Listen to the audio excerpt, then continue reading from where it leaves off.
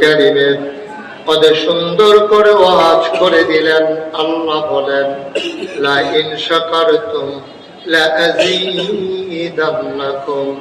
ও দুনিয়ার মানুষ, নিয়ামত পেয়ে যদি শুকরিয়া আদায় করবে, যেই নিয়ামত পেয়ে শুকরিয়া আদায় করবে, শুকরিয়া আদায়ের কারণে ওই নিয়ামত আমার আল্লাহ আরো বহুত গুণে বাড়িয়ে দেবেন। বলেন সুবহানাল্লাহ। আমার আল্লাহ যা বলেন তা করেন না কি করেন না? কম কম না বেশি বেশি? প্রমাণ আছে নাকি নাই? কোরআনুল কারীমে 30 পারায় সূরা বুরুজের শেষ অংশে আল্লাহ কত সুন্দর করে ওয়াজ করে দিলেন। আল্লাহ বলেন ফাআলুল লিমা ইউরিদ। আমার আল্লাহ এমন আল্লাহ, তার যা মন চায় ওই কাজটাকে আমার আল্লাহ বেশি বেশি করে দেন। বলেন সুবহানাল্লাহ। আমার আল্লাহ দুনিয়ার মানুষের মতো না। দুনিয়ার মানুষ বলে একটা করে আর একটা ঠিক না। অসুখে পড়লে একরকম, ভালো হয়ে গেলে আরেক রকম, বিপদে পড়লে একরকম, বিপদ দূর হয়ে গেলে আরেক রকম, নির্বাচনে দাঁড়াইলে একরকম, পাশ করার পরে আরেক রকম। ঠিক মুসলমান মন দিয়ে শুনো, আমার আল্লাহ রাব্বুল আলামিন তিনি যা বলেন তিনি তাই করে দেন। তিনি কখনো ওয়াদা খেলাফ করেন না। ওয়াদা খেলাফ করা আমার আল্লাহর জন্য শোভাও পায় না। তিনি নিজেই নিজের ব্যাপারে ওয়াজ করে দিলেন। আল্লাহ বলেন ইন্নাকা লা তুখলিফুল মিআদ। আমার আল্লাহ এমন আল্লাহ, তিনি যা ওয়াদা করেন ওয়াদার খেলাফ করা আমার আল্লাহর জন্য শোভা পায় না। বলেন সুবহানাল্লাহ। বন্ধুরা আমার, ভাইরা আমার, আমার আল্লাহ এই দুনিয়ার ভিতরে মানুষ বানিয়েছেন। মানুষ করে আপনাকে, আমাকে, আমাদের সবাইকে বানানোর পরে এমনি এমনি ছেড়ে দেন নাই। কোন পথে গেলে জান্নাত, কোন পথে গেলে জাহান্নাম, কোন পথে গেলে লাভ, কোন পথে গেলে লোকসান, কোন পথে ভালো, কোন পথে মন্দ, কোন পথে কল্যাণ, কোন পথে অকল্যাণ, কোন পথে শিরক বিদআত, কোন পথে তাওহীদ রিসালাত, কোন পথে কুফর আর কোন পথে ইসলাম জানানোর জন্য আমার আল্লাহ যুগে যুগে নবী এবং রাসূল পাঠিয়েছেন। এই নবীদের মাঝে যিনি সবার সেরা, যিনি সবার শেষ, সুবহানাল্লাহ বলবেন না? তিনি ইমামুল মুরসালিন, তিনি খাতামান নবিয়্যিন, তিনি রাহমাতুল লিল আলামিন। সুবহানাল্লাহ। এই মহান তিনটা উপাধি আমার নবীর জন্য নির্ধারণ করা হয়েছে। আদম আলাইহিস সালাম থেকে শুরু করে ঈসা নবী পর্যন্ত যত নবী এবং রাসূল এসেছেন সবাইকে আল্লাহ এক একটা উপাধি দিয়েছেন। যেমন আদম সফিউল্লাহ, নূহ আদমের সানি, ইব্রাহিম খলিলুল্লাহ, ইসমাইল জাবিউল্লাহ, মুসা কালিমুল্লাহ, ঈসা রূহুল্লাহ। সুবহানাল্লাহ। সুলাইমান নবীর দিলেন রাজত্ব, দাউদ নবীর দিলেন সুন্দর কণ্ঠ, ইউসুফ নবীর দিলেন সুন্দর চেহারা। স্বাভাবিকভাবে প্রশ্ন জাগে, সব নবীরে সব দিলেন, আমার নবীরে কি দিলেন? আমরা যখন জানতে চাই সবাই মিলে একমত হয়ে গেল। সাহাবীন, তাবেঈন, তাবে তাবেঈন, উম্মাহাতুল মুমিনিন, আইম্মে মুজতাহিদিন, আইম্মে শরীয়ত, আইম্মে তরিকত, সালফে সালিহিন, উলামায়ে মুতাকাদ্দিমিন মুতাআখিরিন, ইমাম সাহেবান, মুফাসসিরিনে কেরাম, মুফতিয়ানে আযম সবাই মিলে কয় 1,24,000 বলো আর 2,24,000 বলো, সকল নবী এবং রাসূল মিলে যা আমার নবীজি একাই তা। সুলাইমান নবীর রাজত্ব আমার নবীর আছে নাকি নাই? আমার নবীকে দিতে চেয়েছেন, আমার নবী নেয় নাই। সুবহানাল্লাহ। দাউদ নবীর সুন্দর কণ্ঠ আমার নবীর মাঝে ছিল নাকি ছিল না? ও মুসলমান, মন দিয়ে শোনো, আমার নবী যখন রাতের আধারে দিন পতন নিস্তব্ধতার মাঝে যখন পাখিগুলো ঘুমিয়ে পড়তো আপন নীরে, গরুগুলো যখন গোয়াল ঘরে, শিশুরা যখন মায়ের বুকে বুক রেখে ঘুমায়, প্রিয়তম স্বামী প্রিয়তমা স্ত্রীকে নিয়ে যখন ঘুমায়, ব্যবহারিক কুকুরগুলো যখন নিরাপদ আশ্রয়ে ঘুমিয়ে পড়ে, মাঝ রাতে শেষ করে আবার নবী যখন শেষ রাতের দিকে উঠতেন, তিনি যখন তাহাজ্জুদে দাঁড়াতেন, কোরআন তেলাওয়াত করতেন সুমধুর কণ্ঠে, দারুন নাদওয়া তৎকালীন সংসদ, সেখানে কাফেরারা সিদ্ধান্ত নিয়েছিল মুহাম্মদের কণ্ঠে কোরআন তেলাওয়াত শুনলে মানুষগুলো যেহেতু ঈমানদার হয়ে যায়, মুসলমান হয়ে যায়, আজকে থেকে তার তেলাওয়াত শোনা বন্ধ। আইন করা হলো, আইনের জায়গায় আইন পরে রইল। যখন নবী তেলাওয়াত শুরু করলেন, ঘরের চতুর্পার্শ্বে কাফের সর্দারেরা দাঁড়িয়ে গেলেন আপন আপন জায়গায়। তেলাওয়াত শেষ, সূর্য যখন উঠে যাবে, পূর্ব আকাশ যখন আলোকিত হলো, তাকাইয়া দেখলো একজন আরেকজনের সাথে প্রচন্ড ধাক্কা খায়। তাকাইয়া দেখে যারা আইন করেছে, আইন ভেঙ্গে তার তেলাওয়াত শোনার জন্য নির্ঘুম রাত কাটিয়ে নবীর ঘরের পাশে এসে দাঁড়িয়ে গেছে।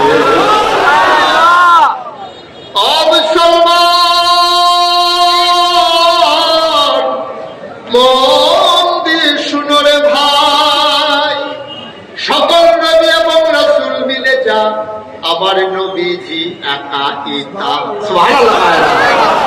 এই নবীকে আল্লাহ যখন পাঠালেন ১৩,০০০ বছর আগে, আল্লাহর নবী হেরা গুহায় ধ্যানমগ্ন। আল্লাহর ফেরেশতা জিবরাইল আলাইহিস সালাম তিনি হেরা গুহার নিকটে এসে দাঁড়ালেন, ডাকলেন, ও মুহাম্মদ। সবাই পড়েন সাল্লাল্লাহু আলাইহি। নবীর নাম শুনলে কি করতে হয়?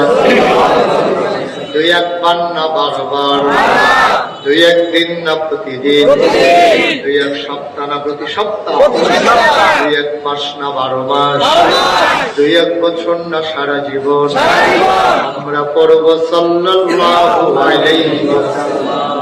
জিবরাইল এসে কয়, মুহাম্মদ, মুহাম্মদ, মুহাম্মদ, আজকে থেকে আপনি মুহাম্মদ ইবনে আব্দুল্লাহ না। মক্কায় এখনো পরিচয় হয় নিজের নামের সাথে বাবার নাম দিয়া। নবীর আব্বার নাম ছিল আব্দুল্লাহ, ওনার পরিচয় ছিল মুহাম্মদ ইবনে আব্দুল্লাহ। জিবরাইল আলাইহিস সালাম এসে কয়, আজকে থেকে আপনি মুহাম্মদ ইবনে আব্দুল্লাহ। এই পরিচয় আপনার আসল পরিচয় না, আপনার আসল পরিচয় মুহাম্মাদুর রাসূলুল্লাহ। মুসলমান, আল্লাহর নবী নবুয়ত প্রাপ্ত হলেন, ঘোষণা হলো ৪০ বছর বয়সে। আল্লাহর কুদরতে নির্দিষ্ট ছিল নবীর জন্মের অনেক আগে। তিনি যে নবী হবেন এটা আল্লাহর নির্ধারণ। দুনিয়ার মানুষ জেনেছে ৪০ বছর বয়সে। ও মুসলমান, আবার নবীজি যখন তিনি আদিষ্ট হলেন, সবাইকে ডেকে বললেন, কুলু লা ইলাহা ইল্লাল্লাহ। তোমরা সবাই পড়ো লা ইলাহা ইল্লাল্লাহ মুহাম্মাদুর রাসূলুল্লাহ। তোমরা সবাই পড়ো। আল্লাহর নবী ডাকলেন, যখন নবী ডেকে বললেন সবাই পড়ো, তখন মানুষগুলো হয়ে গেল দুই ভাগ, কয় ভাগ? একদল আল্লাহওয়ালা আর একদল শয়তানওয়ালা, একদল জান্নাতি আর একদল জাহান্নামী, একদল ফেরেশতার চাইতে উত্তম, আরেকদল জানোয়ারের চাইতে খারাপ। দুই দলের কথাই কোরআনে আল্লাহ বলে দিয়েছেন। বলেন সুবহানাল্লাহ। কোরআনে আছে নাকি নাই? আছে। মানুষ হয়ে গেল দুই ভাগ, একদল আল্লাহওয়ালা আরেক দল হয়ে গেল শয়তানওয়ালা। এখন দুই দলের পরিচয় কি? একদলের ব্যাপারে যারা আল্লাহওয়ালা তাদের পরিচয় আল্লাহ তুলে ধরলেন। রাদিয়াল্লাহু আনহুম ওয়া রাদু আনহু, তাদের ব্যাপারে আল্লাহ খুশি, আল্লাহর ব্যাপারে তারা খুশি। সুবহানাল্লাহ। চারটিখানি কথা। এখন যদি আল্লাহ বলেন জয়নাল মার্কেট সংলগ্ন এই মাহফিলে, মাদ্রাসায়ে রওজাতুল আতফাল এই মাহফিলে যারা এসেছো সবার ব্যাপারে আমি খুশি, তাহলে এর চাইতে বড় খবর কি আমাদের জন্য আর আছে? ১,০০০ বছর আগে কোরআনুল কারীমে আল্লাহ আয়াত নাযিল করে দিলেন, রাদিয়াল্লাহু আনহুম ওয়া রাদু আনহু, তাদের ব্যাপারে আল্লাহ খুশি, আল্লাহর ব্যাপারে তারা খুশি। সুবহানাল্লাহ। এখন ওরা কারা? আবু বকর, ওমর, ওসমান, আলী, তালহা, জুবায়ের, আব্দুর রহমান ইবনে আউফ, সাদ ইবনে রাবিয়া, আব্দুল্লাহ ইবনে আব্বাস, আব্দুর রহমান ইবনে আবু বকর, বেলাল, খাব্বাব, সুমাইয়া। সুবহানাল্লাহ। ওই মানুষগুলোর ব্যাপারে কোরআনে আয়াত নাযিল হয়ে গেল, তোমাদের কোনো চিন্তা নাই, ওয়ালা তাহিনু ওয়ালা তাহজানু ওয়া আনতুমুল আ'লাউনা ইন কুনতুম মুমিনিন। তোমাদের কোনো ভয় নাই, তোমাদের কোনো পেরেশানি নাই, তোমরাই হবা সফল কাম। সুবহানাল্লাহ। কার কথা? মাশাআল্লাহ। কার কথা? এই যে আপনি চুপ করে আছেন কেন? মন খারাপ? তো শুনেই বসেন, বসে কথা বলেন। ওই যে পিছনে কথা বলি, চুপ মেরে থাকার কোনো সুযোগ নেই। কেউ বলবে, কেউ বলবে না। হবে না, সবাই বলেন আমিন। জোরে বলেন আরো জোরে। চুপচাপে ওয়াজ শোনার সুযোগ নেই, একেবারে প্রাণবন্ত গলা ছেড়ে দিয়ে কথা বলবেন যখন যা বলা দরকার। ইনশাআল্লাহ আল্লাহ যেন কবুল করে। আল্লাহর ঘোষণা আছে, যারা ঈমান ওয়ালা তাহিনু ওয়ালা তাহজানু ওয়া আনতুমুল আ'লাউনা ইন কুনতুম মুমিনিন। তোমাদের কোনো ভয় নাই, তোমাদের কোনো পেরেশানি নাই, তোমরা মাঝে মাঝে হয়তো অপমানিত হবা, তোমরা দ্বীনের পথে চলার কারণে তোমাদেরকে কেউ মাঝে মাঝে টিটকারি মারবে, মস্কারা করবে, জেল হবে, জুলুম হবে, নির্যাতন হবে, নিপীড়ন হবে। মনে রাখবা এটাই শেষ না, সফলতা হইল পরকালে। যারা ঈমান এনেছে তারা বুঝে শুনে ঈমান এনেছে। ১,৫০০ বছর আগে আমার নবীকে ওরা ছেড়ে দেয় নাই, আমরা যারা নবীর অনুসারী আমাদেরকেও ছেড়ে দেবে না, ঠিক কিনা? ঈমান আনতে গেলে ১,৫০০ বছর আগে যেমন করে টিটকারি মস্কারা হয়েছে, ৩ বছর আমার নবীকে জেল প্রকোষ্ঠে ঢুকিয়ে রাখা হয়েছে, নিজের দেশে থাকতে দেওয়া হয়নি, মদিনায় পাঠিয়ে দেওয়া হয়েছে। আমরা যারা ৫৬,০০০ বর্গ মাইলের বাংলাদেশে, টেকনাফ থেকে তেতুলিয়া, রূপসা থেকে পাথুরিয়া, সুন্দরবন থেকে বান্দরবন, ১৮ কোটি মানুষ যখন দিনের পথে অটল অবিচল রাস্তা নিয়ে দাঁড়িয়ে যাবে, মামলা হবে, হামলা হবে, জেল জুলুম নির্যাতন হবে, প্রয়োজনে জীবন দেওয়া যাবে, ঈমান দেওয়া যাবে না। রাজি আছো কিনা?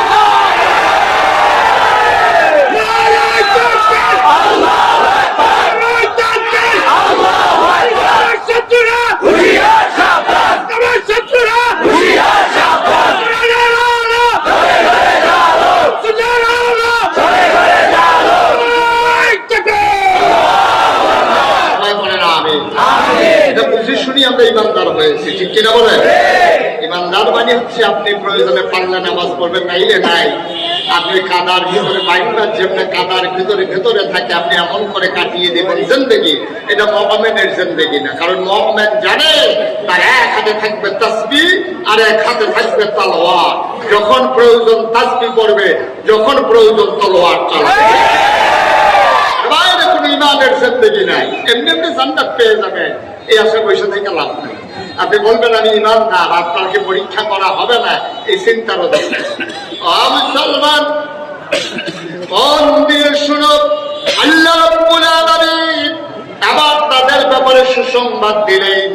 মানুষটা গরিব হতে পারে, অসহায় হতে পারে, রিক্সাওয়ালা হতে পারে, মেথরমুচি কামলা হতে পারে, ডেলি লেবার হতে পারে, হয়তো তার বংশ মর্যাদা নাই, ঢাকা শহরে হয়তো তার 2টা বাড়ি নাই, হয়তো তার শোরুম ফ্ল্যাট নাই, হয়তো তার ব্যবসা প্রতিষ্ঠান নাই, রিক্সা চালিয়ে কোনো মতে বিবি বাচ্চা নিয়ে হয়তো সংসার করে, কিন্তু মানুষটা ইমানদার, রিক্সা দাঁড় করিয়ে আজান তুলে নামাজ পড়ে নেয়, কোনোদিন কারো আমানতের খেয়ানত করে না, কোনোদিন কারো মাল সম্পদ লুণ্ঠন করে না।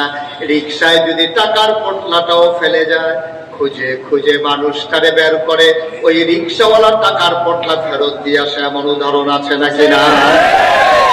এটা যেমন উদাহরণ আছে, রিক্সাওয়ালা, সিএনজি ড্রাইভার যার টাকা তাকে ফেরত দেওয়ার জন্য অস্থির হয়ে পত্রিকায় পর্যন্ত বিবৃতি দিয়ে টেলিভিশনের চ্যানেলের ভিতরে জানিয়ে দিয়ে টাকা ফেরত দিয়েছে। আবার এমন উদাহরণও আছে, লেখাপড়া শেষ করে আবার গরিব অসহায় মানুষের জন্ম নিবন্ধন আটকিয়ে টাকা খায়, দুস্থ মাতার গম খেয়ে ফেলে রাস্তার গম খায়, আছে নাকি না? 2টারই উদাহরণ। আপনি কোনটা হবেন এটা ওন ডিসিশন, এটা আপনার সিদ্ধান্ত। আপনি কি রাস্তা দিয়ে টাকা খাবেন, নাকি আপনি রাস্তার জন্য কাজ করে যাবেন?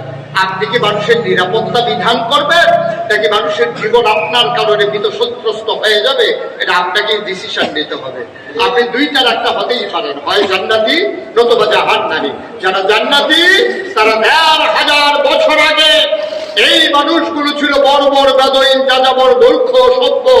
এই মানুষগুলো রাস্তার ঘুরে ঘুরে তাকিয়ে ডাকাতি করত, মানুষের সম্পদ লুণ্ঠন করত। মাত্র 23 বছরের ব্যবধানে আল্লাহর নবীর দাওয়াত পেয়ে, আল্লাহর ভয় কলিজার ভিতরে জায়গা দিয়ে 23 বছর পরে ওই আগের মানুষগুলো এখনো রাস্তায় দাঁড়িয়ে থাকে। আগে দাঁড়াই থাকতো ডাকাতি করার জন্য, এখন দাঁড়াই থাকে কেউ ডাকাতি করে কিনা পাহারা দেওয়ার জন্য। আজকে গোটা বিশ্ব কম্পিউটারাইজড, গোটা বিশ্বকে বলা হচ্ছে গ্লোবাল ভিলেজ। আজকে আমরা উন্নতির চরম শিখরে আরোহণ করেছি, আমাদের বিশাল বিশাল সুরঙ্গ অট্টালিকা হয়েছে, আমাদের অনেক টাকা হয়েছে, কিন্তু আমরা নৈতিকতা, আমরা নিজেদের সচ্চরিত্র আমরা হারিয়ে ফেলেছি। ঠিক কিনা বলেন? কেমনে কারিকার সম্পদ লুণ্ঠন করা যায়? রিক্সাওয়ালা টাকা ফেরত দিয়ে আসে, আর বিসিএস ক্যাডার মানুষগুলো ফাইলার দিয়ে ঘুষ খায়। ঠিক কিনা বলেন? এখন আপনি কোনটা হবেন? আপনি কি আল্লাহওয়ালা হবে নাকি শয়তানওয়ালা হবে? আপনি কি জান্নাতি হবে নাকি জাহান্নামী হবে? সিদ্ধান্ত নিতে হবে আপনাকে। ঠিক কিনা বলে? 1000 বছর আগে যে মানুষগুলো সিদ্ধান্ত নিল আমরা হয়ে যাব আল্লাহওয়ালা, তারা তখন কি করলো? তারা ফান্ডামেন্টাল কিছু ডিসিশন নিল। আমরা অবৈধ কামাই করব না, হারাম খানা খাবো না, আল্লাহর দেয়া বিধান ছাড়বো না, আল্লাহ যা হা বলেছেন আমি না বলবো না, আল্লাহ যা না বলেছেন আমি তাকে হা বলবো না। ঠিক কিনা? আল্লাহ হুকুম দিয়ে দিলেন করো, করতে পারবা না, ধরো, ধরবা না, ছাড়ো, ছাড়বা না। এইরকম হুকুম দিল 500। 500 কথা পায় না? 500। যারা পররে করছে আর না করছে, যেটাকে ছেড়ে দিয়েছে, ওরাই হয়েছে আল্লাহওয়ালা। ও মুসলমান, তারা দুনিয়ায় থাকতে জান্নাতের সুসংবাদ পেয়েছে। ঠিক কিনা? আরেক দল শয়তান। আরেক দল কি? কথা বল। আরেক দল কি? শয়তান, জাহান্নামী। ওরা কারা? ওদের ব্যাপারে আল্লাহ কোরআনে ওয়াজ করে দিয়েছেন। শুনতে মন চায়? কোরআনে ঢুকালামে আবার একটু মারদুর শয়তান থেকে ফেরেছে যিনি রহমান, যিনি রহিম, তার নামে চলে আবার করি। আউযু বিল্লাহি মিনাশ শাইতানির রাজীম। বিসমিল্লাহির রাহমানির রাহিম। ওয়ালাহুম কুলুবুন লা ইয়াফকাহুনা বিহা ওয়ালাহুম আ'য়ুনুন লা ইউবসিরুনা বিহা ওয়ালাহুম আযানুন লা ইয়াসমাউনা বিহা উলাইকা কাল আনআম বাল হুম আদাল আল্লাহ কয় ও উত্তরের মানুষ, ও ঢাকার মানুষ, শুনো শুনো শুনো, ওয়ালাকুম কুলুবুল লা ইয়াফকাহুনা বিহা। দুনিয়ার ভিতরে একদল মানুষ আছে যাদেরকে মন দিয়েছি কিন্তু তারা বুঝে না। ওয়ালাকুম আয়ুনুল লা ইউবসিরুনা বিহা, তাদেরকে চোখ দিয়েছি তারা দেখে না। ওয়ালাকুম আযানুল লা ইয়াসমাউনা বিহা, তাদের কান আছে কিন্তু তারা শুনে না। আমরা বলি এটা আবার কেমন মানুষ? মন আছে বুঝে না, চোখ আছে দেখে না, কান আছে শুনে না, এটা আবার কেমন মানুষ? আল্লাহ কয় আমি কি বলছি নাকি মানুষ?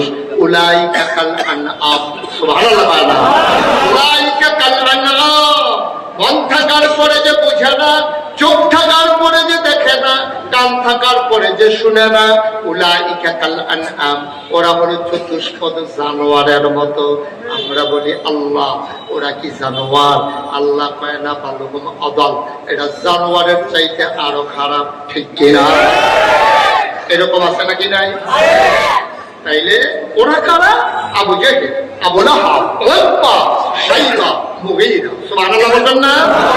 আমরা একটা সিদ্ধান্তে পৌঁছে আসছি। এই দিদার বসো, যাত্রী নাম্বার 2, তোমাকে লাল কার্ড দেখাইয়া বাইরে দিয়ে দিবে।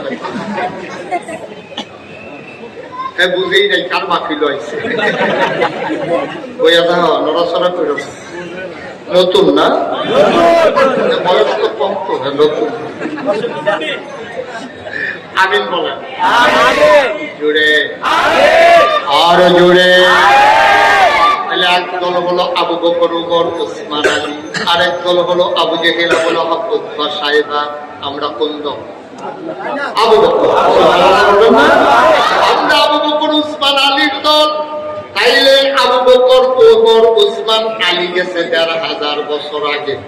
১৫০০ বছর পরে তার দলের লোক যদি থাকতে পারে, তাইলে ১৫০০ বছর আগে আবু লাহাব, উতবা, শাইবা, আবু জেহেল ছিল।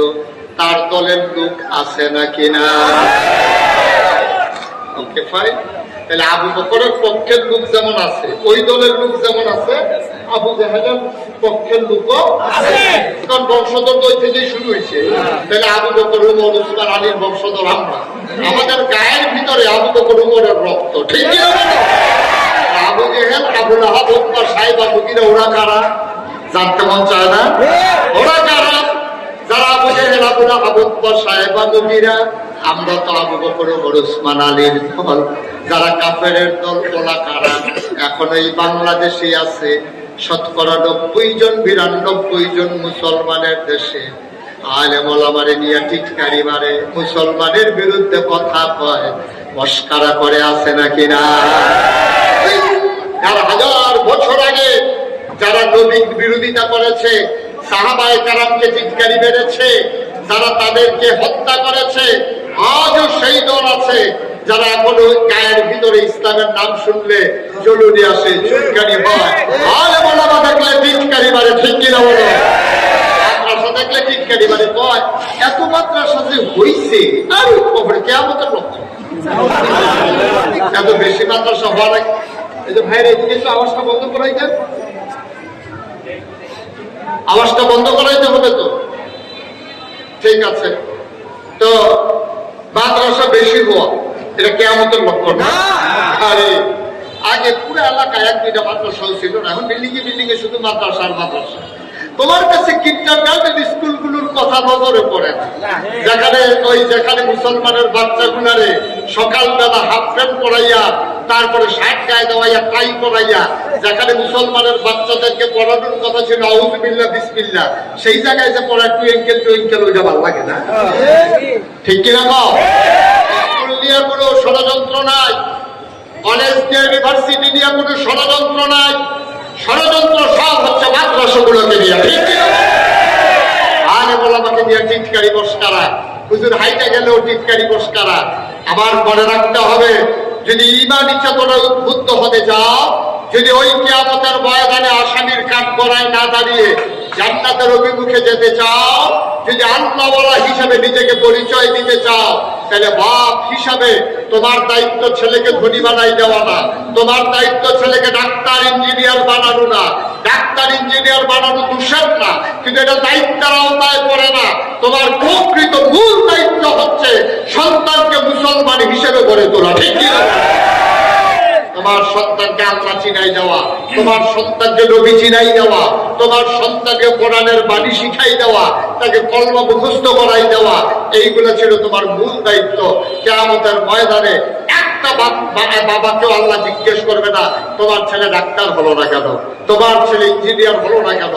কোনো বাবাকে আল্লাহ জিজ্ঞেস করবে না, বরঞ্চ আল্লাহ জিজ্ঞেস করবেন তোমার ছেলেকে তুমি ঈমান শিক্ষা দিলে না কেন, সে নামাজ পড়ে নাই, সে রোজা ভেঙেছে, সে হাফ প্যান্ট পরে পরে রাস্তাঘাটে হেঁটেছে, তোমার ছেলে।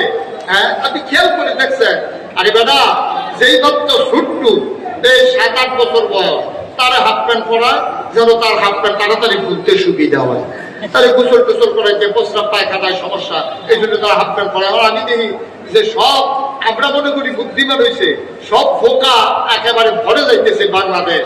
দেখবেন যে সকালবেলা হাফ প্যান্ট করে পড়া, রাতের বেলা হাফ প্যান্ট করে পড়া, 32 বছর বয়স, 35 বছর বয়স, এই বেলায় হাঁটতে আছে, একবারও চিন্তা করে না এই তার হাফ প্যান্ট যে আস্তে আস্তে শুরু হয়েছে, কোন সময় তার হাফ প্যান্ট খুললা যায় এটা সুন্দর, ঠিক কিনা? আজব কারবার। তুমি তাহলে শিখাইতে পারো না, তোমার বাচ্চাকে তুমি লেটেস্ট বানাইছো, আলট্রা মডার্ন বানাইছো, তুমি মুসলমান বানাও, ঠিক কিনা? এই জন্য আব্বা আম্মাকে কিয়ামতের ময়দানে জবাব দিতে হবে। এই যে আমাদের মুহতামিম হুজুর, প্রিন্সিপাল হুজুরের ছোট্ট মেয়েটা 7 বছর বয়স, 5 বছর, 7 বছর বয়সের মেয়েটা কি সুন্দর করে কোরআন তেলাওয়াত করলো। এখন আমি যদি জিজ্ঞেস করি আপনারা কে কে ওর মতো কোরআন তেলাওয়াত করতেন পারেন, জিজ্ঞেস করি নেই, তবে কান্দেন ওটা আমার নাম নিয়ে পড়ে।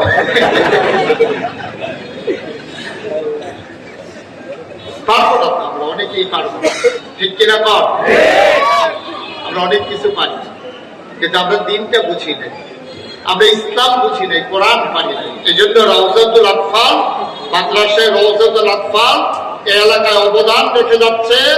আমরা অন্তত 5টা বছর হলেও এই বাচ্চাগুলোর এই মাদ্রাসায় দেওয়ার পরে তারপর আপনি ইঞ্জিনিয়ার বানান, ডাক্তার বানান, আপনি যা মন চায় তা বানান, আমার কোনো আপত্তি নাই। যদি মাদ্রাসায় পড়ে তারপরে ডাক্তার হয়, এই ডাক্তার নর্মাল ডেলিভারির জায়গায় সিজার করবেন। এই মাদ্রাসায় পড়ার পরে দিন বুঝার পরে আমার ছেলে ইঞ্জিনিয়ার হয়, সে অন্তত ফাইলার দিয়ে ঘুষ খাবে না, ঠিক আছে? এই আমার দেশের ছেলেগুলো দিন বুঝার পরে, হালাল হারাম চেনার পরে, তারপরে যদি কন্ট্রাক্টর হয়, তাইলে ওই রডের ভিতরে, এই ব্রিজের ভিতরে রডের বদলে অন্তত বাঁশ দেবে না, ঠিক আছে? আমার দেশের ছেলেরা ডাক্তার হয়, দিন বুঝে না, ইঞ্জিনিয়ার হয়, দিন বুঝে না, কন্ট্রাক্টর হয়েছে, দিন বুঝে না, দোকানদার হয়েছে, দিন বুঝে না। এই দিন না বুঝার কারণে ওই দোকানদারেরও সমস্যা, কাস্টমারেরও সমস্যা।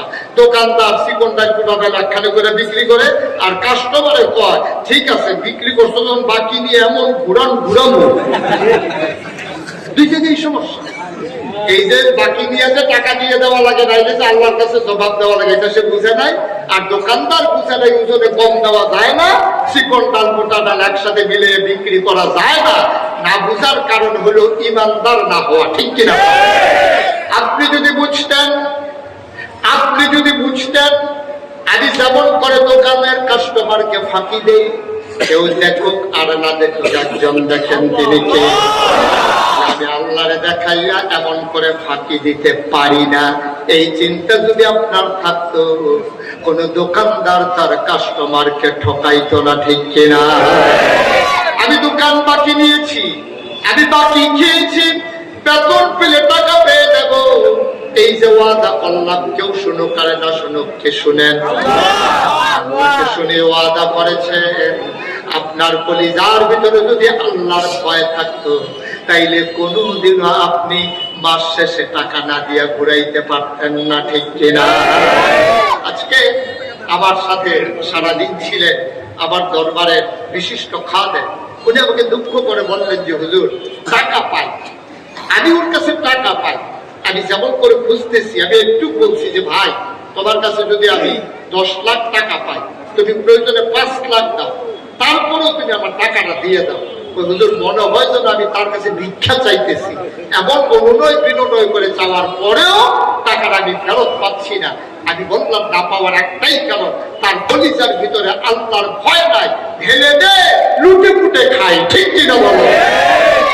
যে হচ্ছে আমাদের সমস্যা, আমাদের আল্লাহর ভয় নাই। আমরা মনে করি যে কোনো ভাবেই হোক আমার টাকা কামাই করা লাগবে, আমরা মনে করি যে কোনো মূল্য হোক আমার পাওয়ার লাগবে। এত মজার জিনিস না পাওয়ার, আসলে সেই কথা শুনে এত মজার সুযোগ না। দেখছেন না, আমার পাওয়ার লাগবে পাওয়ার। যারা মিডিয়ার সামনে বলেছে ওরা আজকে কই রান্না করা গরম ভাতগুলো তাদের কপালে জুটে নাই। এই হচ্ছে বাস্তবতা। আমরা তো ইতিহাস থেকে শিক্ষা নেই না। আমাদের সমস্যা হচ্ছে এটা, আমরা দেখি যে এই গর্তের ভিতরে পইরা একজনের পাও ভাইয়া গেছে, এই গর্তের ভিতরে ফলাফল লাফাইয়া লাফাইয়া এসে পড়তে আছে। আমাদের খাসিয়ত আমরা আজকে ধ্বংস হয়ে, আমি যখন জানলাম এখানে গর্ত আছে, পা দিলে পা ভেঙে যাবে, তাহলে আমি অ্যাভয়েড করবো, আমি পরহেজ করবো, আমি গর্তের কাছে দিয়েও যাবো না। লাল নিশান লাগিয়ে দেওয়া হয়েছে, এখানে গর্ত আছে, লাল নিশান লাগানো মানে কি যে এখানে গর্ত আছে এখানে আসবেন না, এতে লাল নিশান উঠাইয়া বাসের জায়গা খেতে গিয়া নামছে। এটার নাম হলো বাংলাদেশ। আমরা শিক্ষা গ্রহণ করি না, কারণ হচ্ছে একটাই, আমাদের কলিজার ভিতরে আল্লাহর ভয় নাই। মুসলমান, আবু বকর সিদ্দিক নবীর পরে যিনি খলিফা হলেন, ওনার উপাধি হলো খলিফাতুর রাসূল, তিনি আল্লাহ রাসূলের খলিফা। তারপরে ওনার ইন্তেকাল হয়ে গেল, সবাই মিলে হযরত ওমরকে খলিফা বানিয়ে দিলেন। সুবহানাল্লাহ। ওমর বললেন মাপ চাই, তোমরা আমারে খলিফা বানাইও না। দেখেছেন ক্ষমতার কি ভয়, আর আমাদের ক্ষমতা এনজয় করে, ক্ষমতা পুঁজি সারা বিনিয়োগ করে, কোটি কোটি টাকা খরচ করে ক্ষমতায় যাওয়ার জন্য। মনে করেছে আল্লাহ আল্লাহ করে যদি কোনো মতে যাইতে পারি, গন্ধ খাবো খাবো বস্তা শুদ্ধ ভুসি বানাই নাউজুবিল্লাহ বলবেন না? এত মজা মনে করছে 60 বছর নাইলে 70 বছর। আপনি কি মরবেন না? আপনি কবরে থাকবেন না? কি নিয়ে যাবেন কবরে? কি নিয়ে রওনা করেছে? মুসলমান মন দিয়ে শুনুন, সবাই মিলে উমরকে ধরলেন, পরবর্তী খলিফা হবেন আপনি। তখন অর্ধেকটা পৃথিবী মুসলমানদের দখলে। খুব খেয়াল, গোটা পৃথিবীটাকে একটা কুমড়া মনে করে। আপনি যদি মিষ্টি কুমড়ার মাঝামাঝি মাঝ বরাবর কাটেন, অর্ধেকটা মিষ্টি কুমড়া যেমন গোড়া পৃথিবীর 2 ভাগ করলে 31 লক্ষ বর্গ মাইল স্থলভাগ এবং জলভাগ মিলিয়ে অর্ধেকটা, পুরা পৃথিবীর অর্ধেকটার প্রেসিডেন্ট ছিলেন হযরত ওমর। বলেন সুবহানাল্লাহ। আর আমার বাংলাদেশ 56,000 বর্গ মাইলের ছোট্ট একটা দেশ, লোক সংখ্যা হয়তো আমরা বেশি, আমাদের ছোট্ট একটা দেশ, এটার ভিতরে ক্ষমতায় যাওয়ার জন্য মানুষ করে কি? আর উমরের কাছে আইসা সবাই প্রস্তাব দিছে, ওমর আপনি হবেন আমাদের পরবর্তী খলিফা, আপনি হবেন প্রেসিডেন্ট। ওমর বলে বাপ চাই। আপনি কথার ওজন বুঝেন? পার্থক্যটা বুঝেন? আপনি পার্থক্যটা বুঝেন? এখন আমরা ক্ষমতা নিয়ে কারাকারি, আর উমরকে বলতেছে আপনি নেবেন, কোন প্রতিদ্বন্দ্বী নাই। ওমর বলছে মাপ চাই, আমাকে তোমরা এই জায়গায় দিও না। তো আপনি না গেলে কে যাবে? আবার উমর কাঁদতেছে। উমরের মা ওমরকে যদি জন্ম না দিত কতই না ভালো হতো। উমর যদি একটা কুকুর হতো, উমর যদি একটা পশু পাখি হতো, একদিন সে মরে যেত, তার হিসাব শেষ। কিন্তু ওমরকে যে মা তার জন্ম দিল, ওমর যে মানুষ হলো, ওমরকে যদি সবাই মিলে খলিফা বানায়, আর এই তখনকার সময়ে একটা কুকুর যদি ফুরাত নদীর তীরে না খেয়ে মারা যায়, কুকুরটা যদি কিয়ামতের ময়দানে আল্লাহর দরবারে বিচার দেয়, আল্লাহ ও আল্লাহ আমি কুকুর। আমার একটা অভিযোগ আছে। ওই তোমার কি অভিযোগ? ওই উমরের আমলে আমি খাবার খেতে না পেরে মারা গেছিলাম, আমি বিচার চাই। ওমর কয়, আমার শাসন আমলে একটা কুকুর যদি না খেয়ে মারা যায়, কিয়ামতের ময়দানে কুকুরটা যদি আল্লাহর কাছে বিচার দেয়, সেই দিন কি জবাব আমি দেব? এই ভয়ে আমি খলিফা হইতে চাই না। কথা তো সত্য, কথা তো সত্য। আপনি ক্ষমতার বস্ত্র ধারণে ধরতে গিয়ে, ক্ষমতা পাকা মুক্ত করতে গিয়ে গুলি করে পাখির মতো মানুষকে হত্যা করেছেন, ঠিক কিনা বলে? বুঝেন না এর জবাবদিহিতা কি? আপনি তো বুঝেন না। সবাই মিলে এই বাংলাদেশে সবাই মিলে আন্দোলন করলো, কি বললো?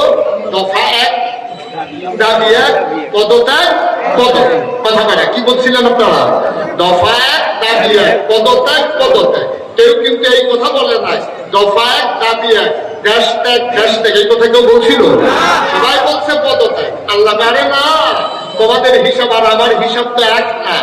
আমার হিসাব হচ্ছে দফা 1 দাবি 1 দেশ ত্যাগ দেশ ত্যাগ, ঠিক কিনা? আপনি শিক্ষা নেবেন না? আপনি অতীত থেকে শিক্ষা নেবেন না? যত পাকাপুক্ত করেন আপনি। আল্লামা সাইদি রহমাতুল্লাহ আলাইহি বলছিলেন, যারা ক্ষমতার মসনদে আরোহণ করে, ক্ষমতা যেন সারা না লাগে, তারা সবগুলো ছিদ্র বন্ধ করে। শুধু একটা ছিদ্র বন্ধ করতে মনে থাকে না, যে দিক দিয়ে তার পতন হবে, এইটা শুধু বাকি থাকে। নৌকার সব ছিদ্র বন্ধ, কিন্তু যে দিক দিয়ে পানি উঠবে ওই ছিদ্রটাই বন্ধ করতে মনে নাই, সমস্যা হয়েছে উঠে। ঠিক কিনা কর কথা বলা, ঠিক কিনা? মুসলমান গভীর মনোযোগ মন দিয়ে শুনো। মুশতাক ফৈজি তোমাদের কাছে প্রতিদিন আসে না, ইচ্ছে করলে আবার আসা সম্ভব হবে না, প্রতিদিন কথা শুনতে পারবা না। আগামীকাল অফিস আছে, আমার মনে আছে আমি ছেড়ে দেব কম সময়ের ভেতরে। সবাই মিলে উমরকে খলিফা বানালেন, কথা মনে আছে নাকি? উমরকে হইতে চাইছিলেন? কথা বলে হইতে চাইছিলেন? এটি বানানো কল্পনা, সত্য ঘটনা। উমর চায় না, কিন্তু সবাই মিল্লা তারে খলিফা বানাইছে। খলিফা বানানোর পরে উমর ঘোষণা দিলেন, শুনো, আমার দেশের ভেতরে আজকে থেকে অন্যায় অবিচার চিরতরে বন্ধ করা হবে। কেউ টিটকারি বাসনা বস্কারা করবা বন্ধ, হারাম কাজের সাথে জড়িত হওয়া বন্ধ। যদি তোমরা কেউ কোরআনের বিধানের বাইরে চলে যেতে চাও, তাহলে আমার উমরের হাতের চাবুক কাউকে রেহাই করবে না, এমন ঘোষণা দিলে মদিনার মানুষ কেঁপে কেঁপে ভয়ে সন্ত্রস্ত হয়ে গেল। উমর শাসন শুরু করে দিলে। এখন মানুষ দরজা খুলে ঘুমায়, চুরি নেই, ডাকাতি নাই। সুবহানাল্লাহ বলবেন? সুন্দরী সুরুষী কুমারী যুবতী কন্যারা নাকের ভিতরে ফুল, কানের ভিতরে দোল, গলার ভিতরে মালা, হাতের ভিতরে মালা, স্বর্ণালঙ্কার পরে মরুপ্রান্তর দিয়ে দুদু মরুভূমির মাঝে পরন্ত বিকেলে সূর্য ডুবু ডুবু প্রায়, এমন সময় মেয়েরা হেঁটে যায়, চোখ তুলে তাকানোর কারো সাহস নাই। সুবহানাল্লাহ বলবেন? এই যে ভাই, উনি কি ওয়াজ করতে আইতেছে? ওই কলকাতার মধ্যে ওনার সাথে কথা হয়েছে যে অর্ধেক আপনি শুনবেন, অর্ধেক আমি শুনবো, ওনাকে জায়গা দিচ্ছে। একটা লোক উঠেন না, একটু মনোযোগের সাথে আমাকে একটু সুযোগ জোরে কর। এখন নারীরা হেঁটে যায়, কেউ টিটকারি মারে না, মস্কারা করে না, কানের দুলে ধরে কেউ টান মারে না, ছিনতাই হয় না, রাহাজানি হয় না। রাত বিরাতে মানুষ দরজা খুলে ঘুমায়, চুরি ডাকাতির কেউ চিন্তাও করে না। জাকাত দেওয়ার লোক নাই, জাকাত দেওয়ার লোক নাই। এক লোক জাকাতের টাকা নিয়ে ঘুরতেছে, ঘুরে ঘুরে ঘুরে যারে পায় তারে পায়, ভাই জাকাতের কয়টা টাকা ছিল, এদিকে সরেন এখান থেকে, আমি তো জাকাত দেওয়ার জন্য লোক খুঁজতে আসি, পাই না, আপনি কি এর ব্যাপার? ভাই জাকাত দেওয়ার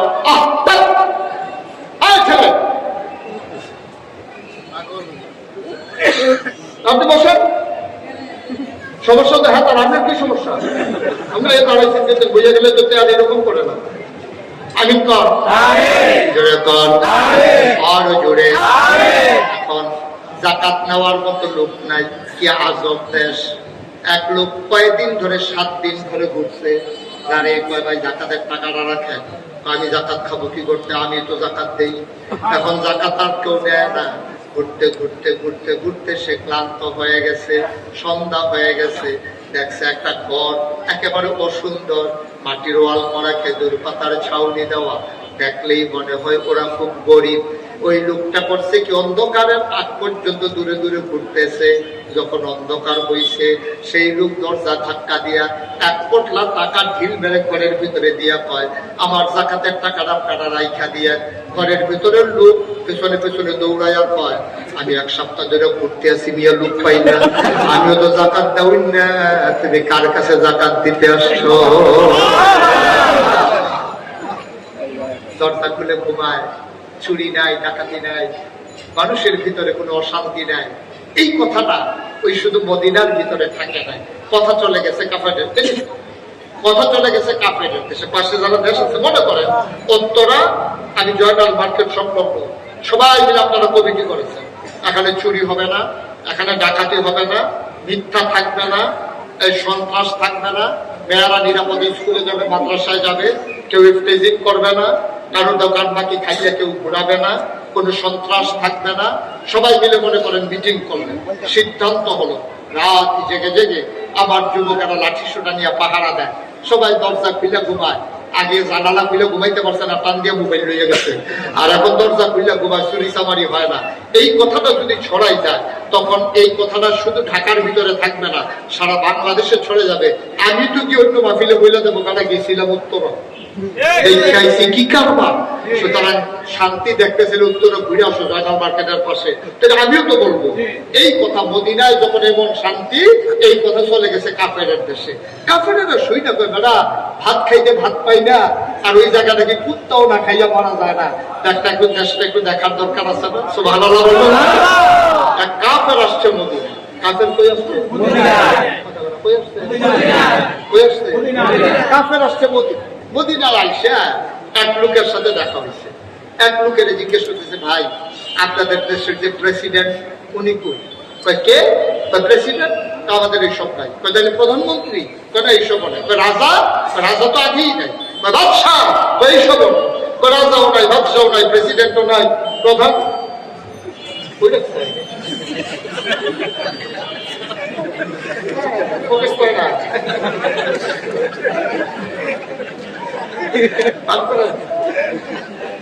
সবসময় না ঘরের ভিতরে ঢুকাইতে না বার করবেন, ঢুকাইতে না বার করবেন, ঘরের জন্য বার করতে সুবিধা হয়। হ্যাঁ, ঠিক আছে, পাইছি। আমিন কর। পাঞ্জাবের ভাজে পড়ে গেছে যে, উনি খুঁজতে খুঁজতে মোবাইলের রিংটোন একটা শেষ হয়েছে, মাস তাও পাইছে। বন্ধ করে দেন একবার, আমার জন্য না আস। আমিন কর। জুড়ে টায়ার্ড হয়ে গেছেন আপনারা? এই ওয়াজ কি শেষ করে দেবো? সবাই কোনা আমিন। মদিনায় এই যে শান্তি, কাফের আসছে বিদেশ থেকে, কথা মনে আছে তো নাকি? এসে মুরব্বী এক বুড়ে বেড়ারি জিগা ভাই, তোমাদের প্রেসিডেন্ট, প্রধানমন্ত্রী